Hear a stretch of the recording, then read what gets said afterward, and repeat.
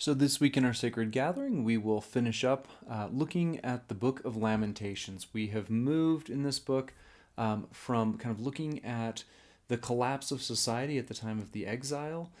We have looked at kind of the personal responses to that. We've worked our way into kind of the center, the main point of this book, which is one of hope and trusting in God despite circumstances. And now we're in the process of moving back out. So, again, in kind of that chiastic structure, we're going to repeat those same themes. So in chapter 4, we looked at kind of personal sorrow and personal frustration, and we're going to end ourselves back at full societal destruction and full societal kind of ponderings of where is God and what is going on. And this section is interesting because it feels like it breaks down in some ways. Up until this point, the book has followed this kind of A, B, C, D structure where each kind of little stanza follows a different letter of the Hebrew alphabet. But this very last chapter, that just falls apart.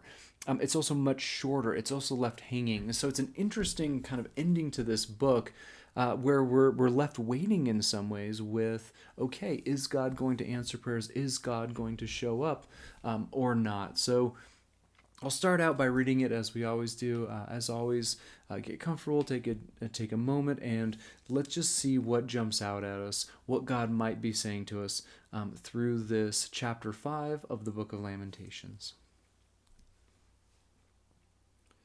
Remember, O Lord, what has befallen us. Look and see our disgrace. Our inheritance has been turned over to strangers, our homes to foreigners. We have become orphans, fatherless. Our mothers are like widows. We must pay for the water we drink. The wood we get, we must buy. Our pursuers are at our necks. We are weary. We are given no rest.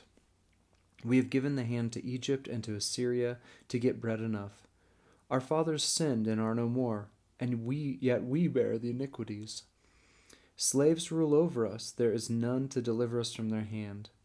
We get our bread at the peril of our lives because of the sword of the wilderness. Our skin is as hot as an oven, with the burning heat of famine. Women are raped in Zion, young women in the towns of Judah. Princes are hung up by their hands, no respect is shown to the elders. Young men are compelled to grind at the mill, and boys swagger under loads of wood. The old men have left the city gate, their young men, their music. The joy of our hearts has ceased, our dancing has been turned to mourning. The crown has fallen from our head, woe to us, for we have sinned. For this our heart became sick, for these things our eyes have grown dim. For Mount Zion, which lies desolate, jackals prowl over it.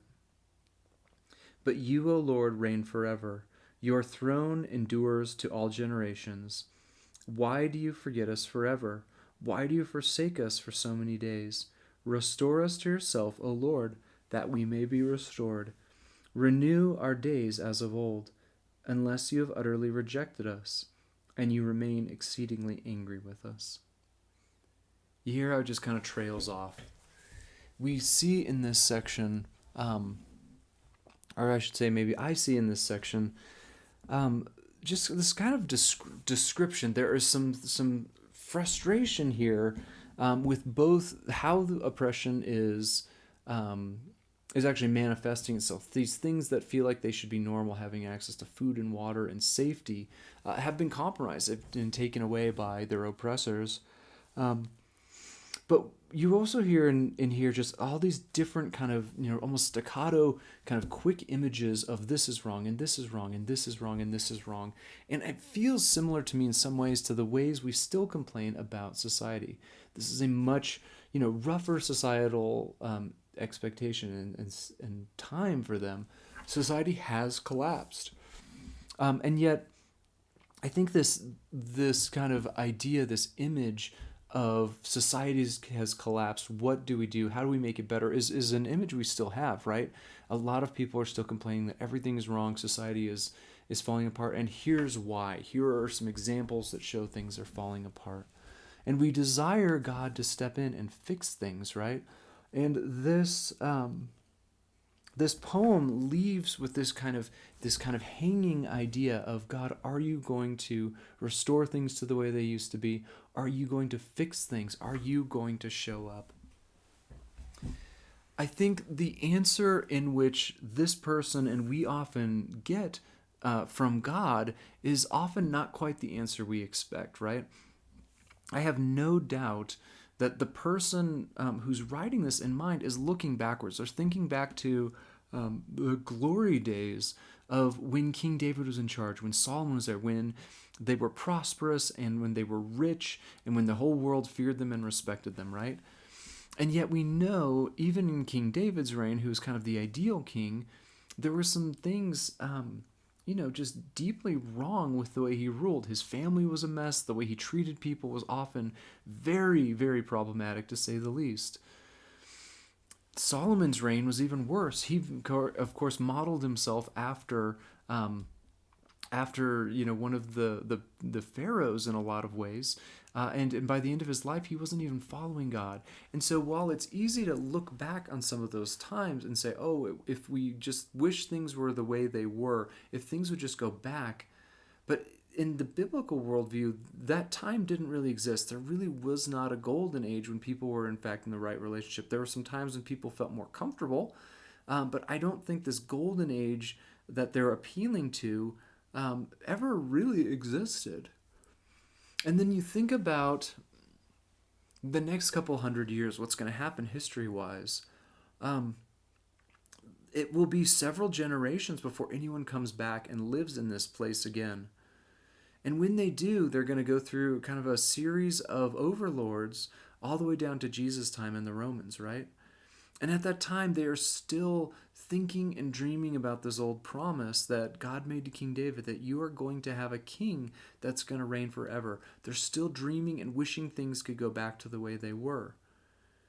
And yet, when that king actually shows up, right, he is a dirt poor laborer, carpenter, works with his hands, comes from the wrong town, is rejected by most people because he does not follow God in the ways that they say to, and he ends up himself on a cross. And so it's interesting to me that, of course, after the cross, Jesus does return to glory and is sitting at the right hand of God right now, who set things in motion for a healing for the entire world.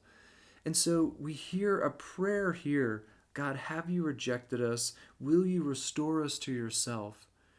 And in one sense, the answer is absolutely. Jesus was going to come among them, a closeness, an affinity to them and their experience that was never in most people's even wildest dreams, that God would be here, that God would, in fact, through this people, through this bloodline of King David itself, would restore everything and is reigning as king throughout all eternity, with God now and will forever. The promises were all true. But to someone who is in pain, someone who has very certain expectations of the way things ought to be, it can be hard not to look at this and be kind of disappointed in the way God works in the world. But it's largely because, at least in the case of, I think, what's going on here, is the thing that they want never really existed. They want a certain kind of comfort. They want a certain sort of prestige that never came without a deep, deep cost between the relationship between people and the world at large. And so I think prayers like this are the ones that really challenge us. Does the Bible acknowledging that this is really bad right now? Absolutely. And again, you don't always need to get into the fact that they largely brought this pain on themselves, because that is, I think, true.